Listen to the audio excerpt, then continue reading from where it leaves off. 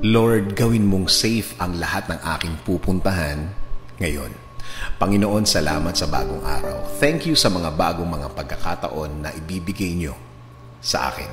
Salamat din sa mga bagong dadating ngayon, mga bagong oportunidad na dala ng bagong araw ngayon.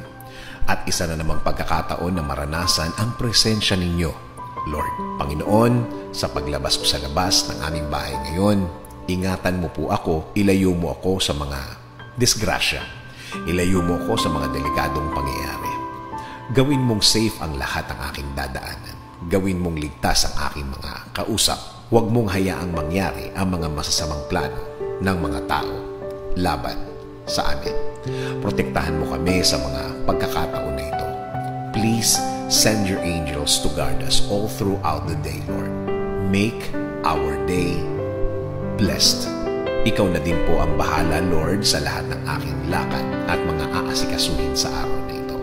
Iligay mo po ang mga taong tutulong at magbibigay ng suporta sa akin, sa aking way. Gawin mo silang instrumento sa pagbibigay ng mga magagandang bagay sa aking mga gagawin ngayon, Lord. Lord, i-bless niyo din po ang lahat ng driver sa lahat ng daan ngayon. Gawin niyo po silang matalinong mga driver. Ingatan niyo po sila.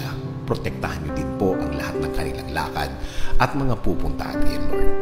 Salamat. Salamat, Lord. Dahil mararamdaman ko na naman ang inyong guidance sa akin. Mararamdaman at makukuha ko na naman ang inyong provision sa araw na ito. Alam ko po kapag sa inyo po nanggaling ang mga bagay na ito po ay hindi magdudulot ng karagdagang problema.